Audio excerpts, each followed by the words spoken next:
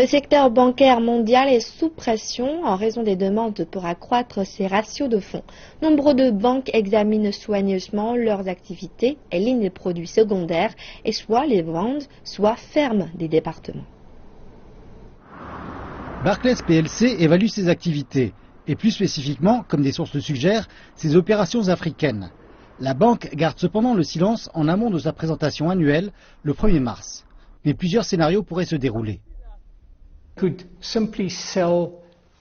Ils pourraient simplement vendre une part de leur participation à 62% dans Barclays Africa et la réduire à 50%. L'avantage de cela est qu'ils garderaient le contrôle tout en réduisant leur participation en Afrique.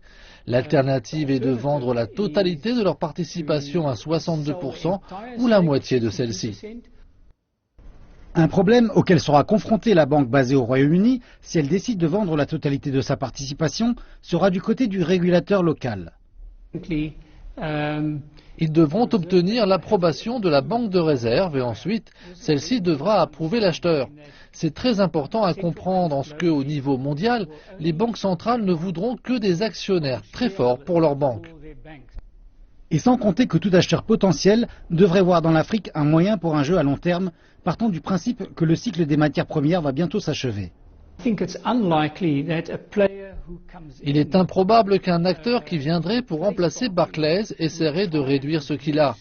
Il essaierait d'acheter parce que, comme Absa, il aime l'Afrique du Sud, et donc il ne changerait rien. En fait, il voudrait fort probablement l'améliorer et obtenir plus d'entreprises et de transactions communes allant de pair.